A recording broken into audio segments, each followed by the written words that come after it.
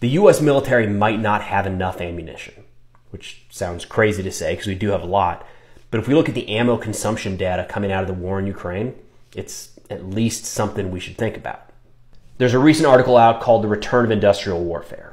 It's worth a read, but in it the author compares the number of rounds fired by Russian artillery, estimated, to current U.S. production.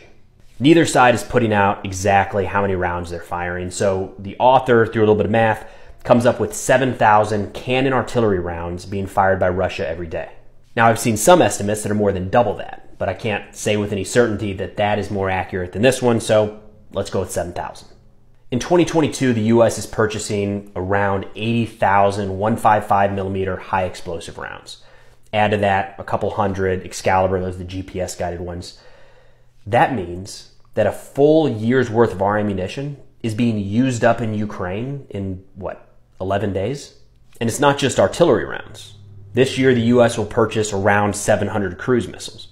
But so far in the first 4 months of the war in Ukraine, Russia's already fired more than 1,000 of their own, with some estimates north of 2,000.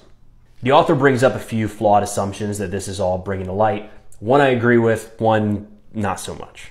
The first flawed assumption is that we can get the same job done with less munitions so long as they're smart, guided missiles and bombs.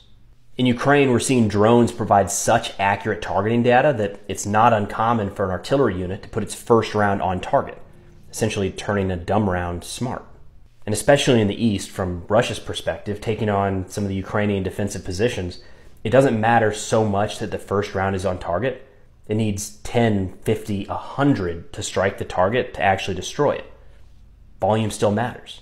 Now, I don't agree with his assessment that suggests that the U.S. would struggle to ramp up production. It wouldn't be easy, but in the right circumstance with enough people on board, I think we could still, in 2022, be the arsenal of democracy.